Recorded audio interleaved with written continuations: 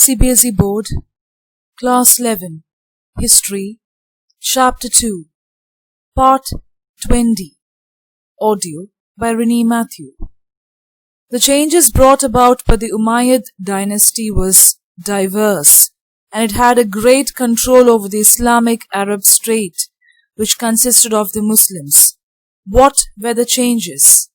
Now the Umayyad state was an imperial power which had its control.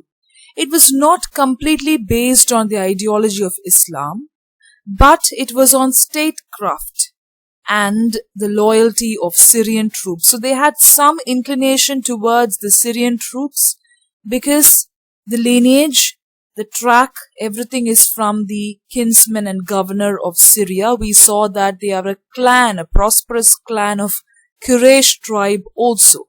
So then they were not completely dependent on the Islamic belief. There were a lot of Christian advisors in the administration also, and also Zoroastrian scribes and bureaucrats were. It was a mix of so many people, Christians and Zoroastrians, especially from the Byzantine Empire.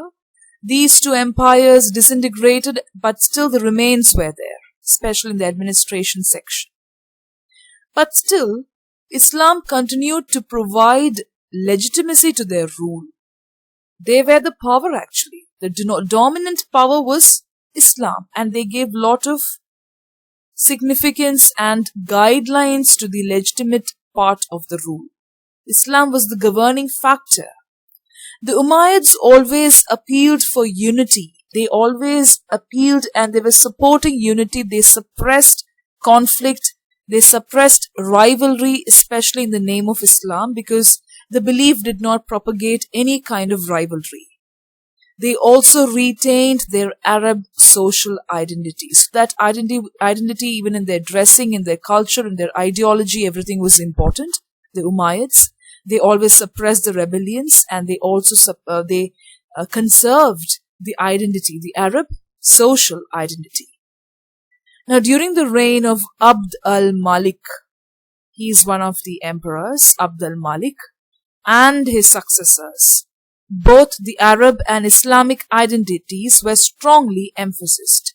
So both the Islamic and Arab identities, to merge both of it is not very easy. And also to retain and maintain this identity is also not very easy. But this great ruler, Abd al-Malik, and his successors were able to successfully maintain the strong Islamic Arab identity, especially from the years 685 to 705. How was the reign of Abd al-Malik? A very important part in the history of Islam, the history of Arabs. There were a lot of measures taken by Abd al-Malik. And that too, adoption of Arabic was an important step which was taken. They wanted everybody to study the language Arabic and also to prosper in it. It was not very easy to study it in those days, but they were very predominant. They were very particular about making it a very important language in the Islamic world. And that was supposed to be the language of administration. And also he introduced the Islamic coinage, that is the new currency, a separate currency for the Arab world. Can you imagine that? So he introduced the introduction, it led to the introduction of the Islamic coinage and also adoption of Arabic as the language of administration. So what was this Islamic coinage? If they ask you to write a short note, it's very important. The gold dinar and silver dirham. These two terms are still prevalent when you go to the Middle Eastern part of the world. The gold dinar, the one that was in gold was known as dinar, and the one in silver was known as dirham. That was circulating in the caliphate, and there were copies of Byzantine and Iranian coins, exactly the same as the Byzantine, that is the denarius and drachm, Iranian coins. The replica of it was created and it was known as the gold dinar and silver dirham, with symbols of crosses and fire altars, and Greek and Pahlavi, the language of Iran inscriptions. They did not do away with the beliefs or the inscriptions of both Iranian and Byzantine ideology. They copied it exactly from those times, that is from those two empires, but they just changed the name. They changed it to dinar and dirham from denarius and drachm, and very important part, it had symbols of cross, fire altars, Greek and Pahlavi language, that is the Iranian inscriptions were also retained. Now these symbols were removed. Whatever was there when it was followed in Byzantine and Iranian Empire were removed. It was completely removed, and now it carried the Arabic inscriptions instead of the Iranian inscriptions. These things were removed and Arabic inscriptions were put in. Now, Abd al-Malik also made another contribution to the development of this Arab Islamic identity. What was that? He built the Dome of the Rock in Jerusalem. He was the one who built the Dome of the Rock in Jerusalem, apart from all these things. So major differences in administration was brought about by Abd al-Malik. Now, regarding his coinage reform, I told you it's a very important part in the history of Islam. So look at the difference from the earlier part. Earlier it was like this, and now they have put the Arab inscriptions. The 3 coin specimens show the transition from Byzantine to the Arab Islamic coinage. You can see that in your textbook also. 3 specimens are given and how the changes took place from there to here. On the second coin in your textbook, the bearded and long-haired caliph is dressed in traditional Arab robes. So that was the traditional wear of the Arabs, long beard, long-haired and bearded part. He is holding a sword also. It is the first extant portrait of a Muslim. That is something which has come down from the ages to the present world. Extinct is the opposite of extant. So it is one of the portraits which has been carried from the early years of the Islamic history to the present. Only that is surviving now. The portrait of a Muslim, very important, the first portrait. It is also unique because there developed an antipathy towards the representation of living beings in art and craft. So that is how people were represented in both art and craft. Now his reform of coinage was linked with the reorganization of state finances. There was a great change in the way the state financed everything, how the organization came about, especially in the structure of the administration. So that is why the coinage of Abd al-Malik was very important. It was so successful that for hundreds of years, coins were struck according to the pattern and weight of the 3rd specimen. So the 3rd specimen in your textbook, the final specimen, was carried for many hundred years. The Abbasid revolution. I told you that the Umayyad dynasty ruled for how many years? 90 years. Now Abbasid, the time for Abbasid, who ruled for 2 centuries. Now the Umayyads were a bit aggressive. They centralized the Muslim polity there in their own empire. A well-organized movement known as Dawa brought down the Umayyads. They also started disintegrating, and that replaced them with another family of Meccan origin, the Abbasids, in 715. So this is also Meccan origin. They were known as Abbasids. Abbasids portrayed the Umayyad regime as evil and promised a restoration of the original Islam of the Prophet. So Abbasids revolted. They kind of argued, saying that the Umayyads were not following the ideology and discipline of Prophet Muhammad. They were totally deviating and disintegrating the ideology and belief set up by Prophet Muhammad, because now by this time Muhammad was considered to be one of the eminent persons in the history of Islam, the messenger of God, and everybody wanted to replicate his ideology. So now Abbasids came into being, they came into power, and they said that nobody was following the style and ideology which was firmly established by Prophet Muhammad. And what did Muhammad say when he died? He said that you have to follow this kind of belief. You should take it over to the next generation. But they were not doing it. They said that Umayyads were evil propagators. And the revolution did not only lead to a change of dynasty, but also there were a lot of changes in the political, social and economic patterns in the culture of Islam. So Abbasids promised the people saying that we are going to restore the old ideologies promoted by the Prophet. And there was a great revival in the political structure in the culture of Islam. Now Abbasid uprising broke out in the distant region of Khurasan, especially in the region of Khurasan, the eastern Iran. The uprising began here, very important place, Khurasan in eastern Iran. That was like a 20-day journey from Damascus on a fast horse.